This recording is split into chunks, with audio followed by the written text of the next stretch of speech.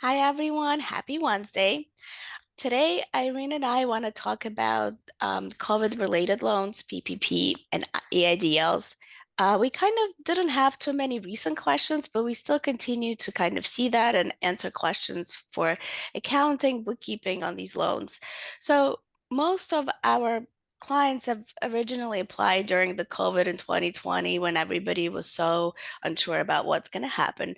And some of the funds were received for PPP, which have been already mostly either audited if you were over 100,000 or already kind of received. And we're kind of sort of done with the PPPs for the most part. With the EIDLs, most of the clients have started paying back the principal and interest last year. So we're kind of tracking it as always on the balance sheet for the principal, and then the interest portion is on the profit and loss. And this has been kind of clear for most of our clients, and it's been going really smoothly.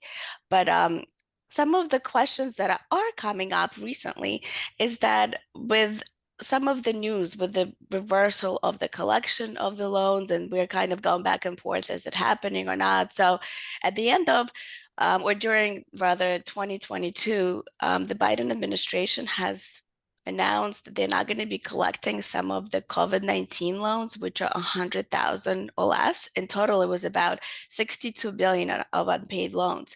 And what happened is that the administration has been spending too much effort in trying to collect, making numerous emails, phone calls, and not collecting the debt. So that was the decision.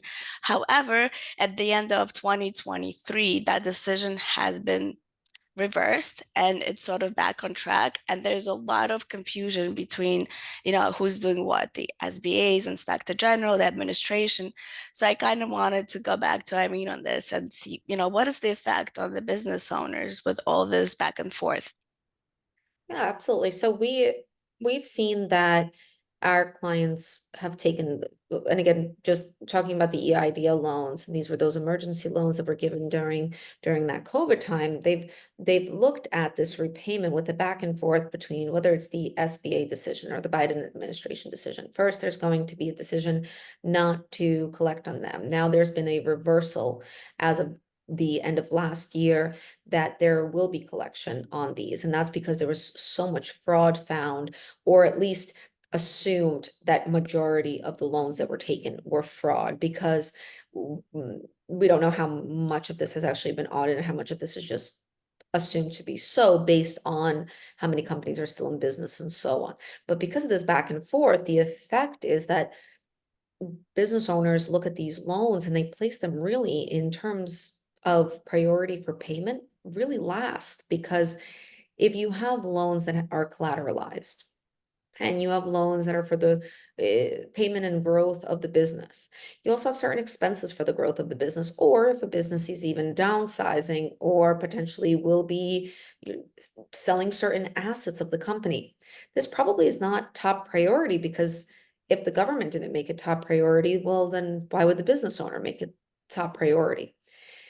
And the effect of that from what we've seen is, if it's not going to be paid, and then you have the government or the SBA, which is overseen by the Inspector General, just going back and forth between they're threatening that they're going to start collecting on it, what these efforts are going to look like, and then not ultimately collecting on it at all.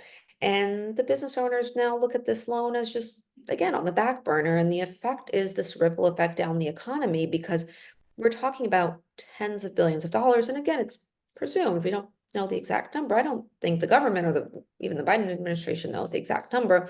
They'd probably have to audit all of them to know. But I think it's pretty safe to assume that the last estimate was somewhere around 30 billion. And that's coming right back to those exact same taxpayers, the exact same business owners, coming right back in the numbers of inflation that we're seeing. And everything that we talk about, a lot of that started from this creating these loans, paying them out, and now this back and forth decision, are we actually going to be able to collect on it? Will the government be able to collect on this? Or do we have to actually look for other means, including taxes, fees, interest, and so on, in other places to now collect that exact same amount of money to get that back? So definitely can anticipate quite a ripple effect because of this over the next couple of years. Agreed. I also wanted to say that when we were helping clients apply for the EIDL loan, I definitely felt like the system wasn't set up in place. And granted, this was an emergency funding, it needed to be kind of rolled out pretty quickly. But the identity theft associated with all these like applications, I could see why we have so many fraudulent activities. I don't think it was triple checked and it wasn't, in place back then. So I could see why there's so many, potential fraudulent loans, which is unfortunate. Absolutely, absolutely. And we'll see, and I think we're going to see that for many, many more years to come. And I think the decision not to collect on them just simply because it took too much effort was not the wisest of decisions. Because I could say that we're just speaking to my clients, everyone was paying these. This was always in the budget to pay. The intent was that they took these loans as this emergency, and for some, it helped them grow their business or help them at least maintain and sustain their business. And Agreed. the intent was to continue paying them, but then there was a lot of confusion because if the PPP loans were forgiven, or at least for those that were under 100,000, there was this confusion of they're not going to collect on it and it's going to be forgiven. Why would I pay it? Which very fair question that they would ask. And so, although the intent was there, I think now there's this big bubble of confusion that's going to take years to undo. And that's what I think that the issue has been between the SBA administration choosing to collect on certain ones, Biden's decision on this, then reversal on this caused a lot of confusion for the business owners for sure. Agreed. We'll just continue monitoring the news and keeping an eye out on this. Absolutely. Thank you. Thank you, everyone.